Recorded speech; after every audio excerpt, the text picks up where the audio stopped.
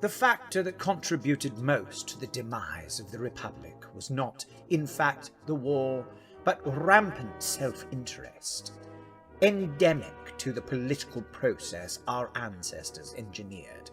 The insidious pursuit of self-enrichment grew only more pervasive through the long centuries, and in the end left the body politic feckless and corrupt. Consider the self-interest of the core worlds, unwavering in their exploitation of the outer systems for resources, the outer systems themselves undermined by their permissive disregard of smuggling and slavery, those ambitious members of the Senate who sought only status and opportunity.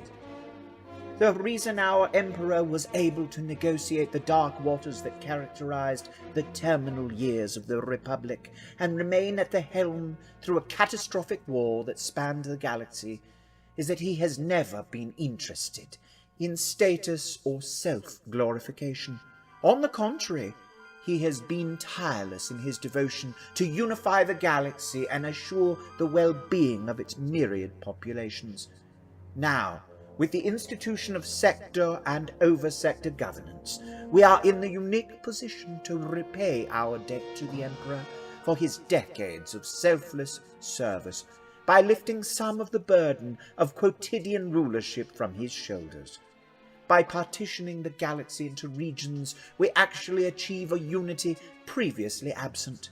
Where once our loyalties and allegiances were divided, they now serve one being, with one goal, a cohesive galaxy in which everyone prospers.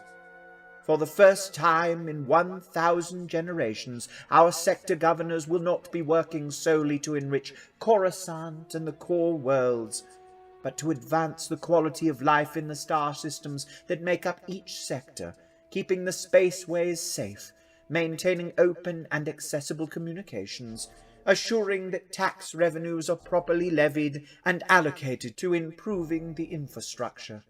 The Senate will likewise be made up of beings devoted not to their own enrichment, but to the enrichment of the worlds they represent.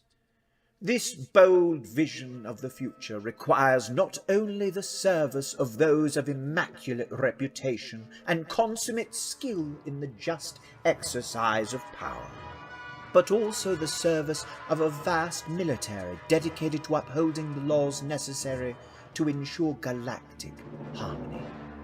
It may appear to some that the enactment of universal laws and the widespread deployment of a heavily armed military are steps toward galactic domination, but these actions are taken merely to protect us from those who would invade, enslave, exploit, or foment political dissent, and to punish accordingly any who engage in such acts. Look on our new military not as trespassers or interlopers, but as gatekeepers, here to shore up the Emperor's vision of a pacified and prosperous galaxy. That's a mouthful.